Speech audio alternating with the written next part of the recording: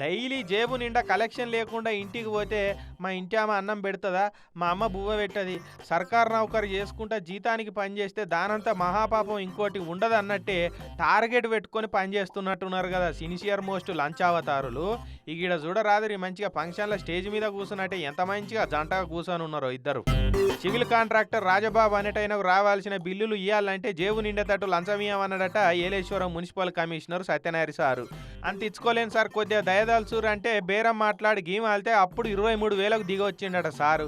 సరే అని ఒప్పుకున్న కాంట్రాక్టరు ఎట్లా బుద్ధి చెప్పాలో అని ఆలోచించి ఏసీబోలకు ఫిర్యాదు ఇచ్చిండు. ఇక ఆఫీస్లో పనిచేసే డేటా ఎంట్రీ ఆపరేటర్ అరుణాచలం అయినటైన తోటి ఆ 23,000 లంచాన్ని పుచ్చుకుంటుంటే ఏసీబోలు పోయి రెడ్ హ్యాండెడ్గా పట్టుకున్నారు.